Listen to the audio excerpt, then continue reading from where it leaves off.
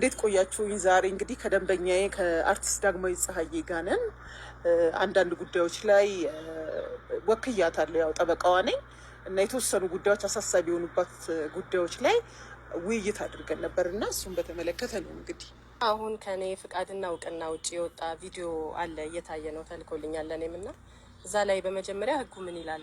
አዎ ምንድነው ይህንን አስመልክቶ ያው ሁሉም ሰው ሊያውቀው የሚገባ ነገር በደንበኛና በቀድሞ ባለቤቷ መካከል ያለው ጉዳይ በፍርድ ቤት እየታየ ያለ ነገር ነው እና ይህንን ሂደት አስመልክቶ ደግሞ ውክልና ለእኔ ለጥብቅና አገልግሎት ድርጅቴ ሌጋል ኤግልስ ሎ ፈርም ተሰጥቶ ጉዳዩን እየተከታተል ነው ያለ ነው እና በዚህ በፍርድ ሂደት በተለይም ደግሞ የልጆቹ ሞግዚት የሆነችው አርቲስት ዳግማዊ ሳትፈቅድ ፎቶ፣ ቪዲዮ ያላግባብ የተለቀቀ መሆኑን ተረድቻለሁ። ይሄ ነገር ሁላችንም መረዳት ያለብን ነገር በፍትሐ ብሔርና በወንጀል ተጠያቂነት የሚያመጣ መሆኑ ነው።